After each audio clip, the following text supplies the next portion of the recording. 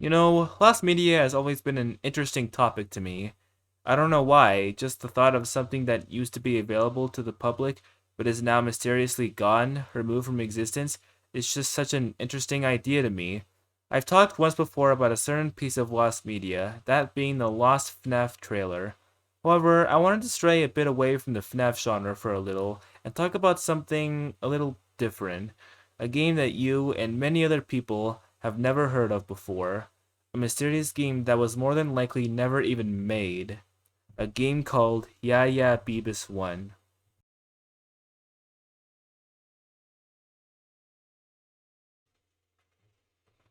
Our journey begins in June of 1989.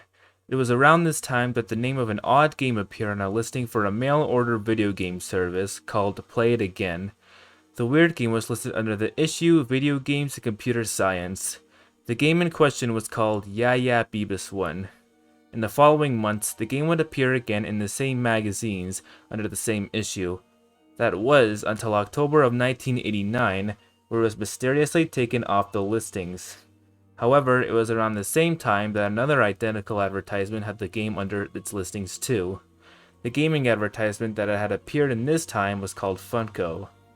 This time, the game's name was shortened to just Yeah Beebiss I. The listing was kept on the second advertisement until January of 1990. This time, the game had gone away for good, never to be seen again. After that, the game had never been mentioned anywhere else again, with no explanation as to what the name was doing in the two gaming articles at all. Some people thought that it was simply a bad translation or a placeholder, but some think that the game never even existed to begin with. Now, usually in these cases, we often have some kind of idea as to what the piece of lost media is. Even if it's vague or just from someone's memory, we usually have some sort of backstory or explanation. However, this is a different story. Nobody knew what this game was, and no one had even an idea as to what it could potentially be. It was a random title that appeared in two gaming magazines from June of 1989 to January of 1990, and then gone. Another odd detail to note about this game is that its listing is actually incorrectly placed. The listings are in alphabetical order, however, the game Yeah Beebiss I is listed in between WrestleMania and Xenophobe, despite the letter X coming before the letter Y in the alphabet.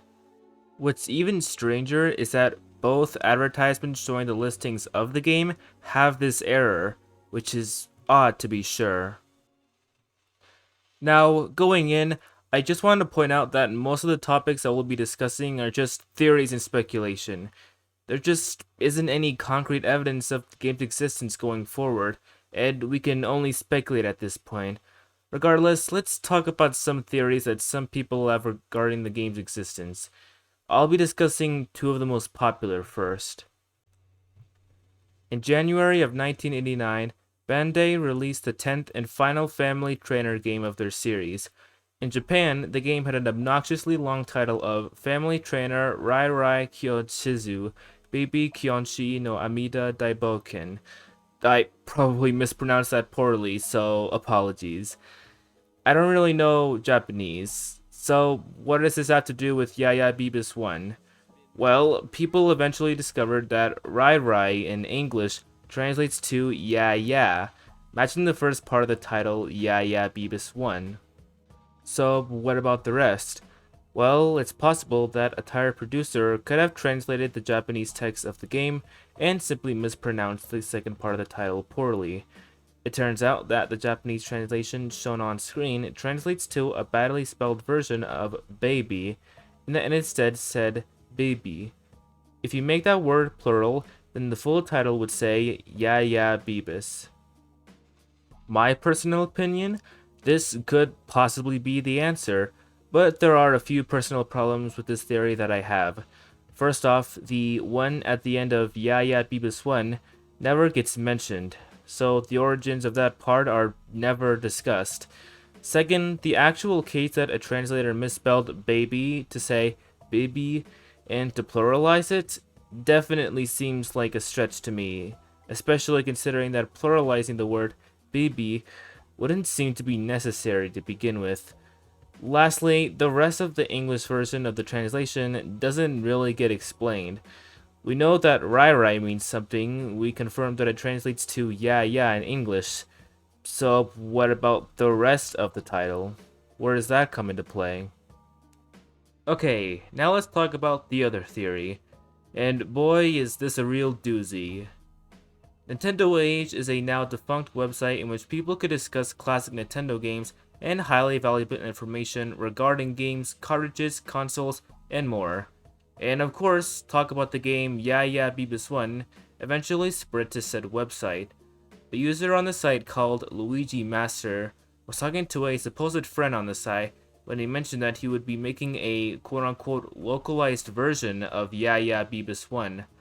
While working on it, Luigi Master eventually looked up the Romejai for Bebesu, which translated to the Bibe. He took the term Bibe and looked it up on dictionary.com. From this, he was linked to a site on William Babe, an American explorer. From this, Luigi Master eventually concluded that the 1 at the end of Yeah Beebiss 1 was actually a typo, and was supposed to say 2.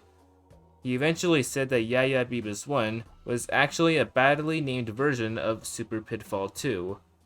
Now, obviously, I think that the story is very far-fetched, and that Luigi Master probably just overthought a lot of these conclusions. However, things would only get weirder. For a brief moment in 2016, people thought that the game had actually been found. Another Nintendo Age user named It's Joker Time claimed that his father gave him a copy of Yeah Beebiss 1.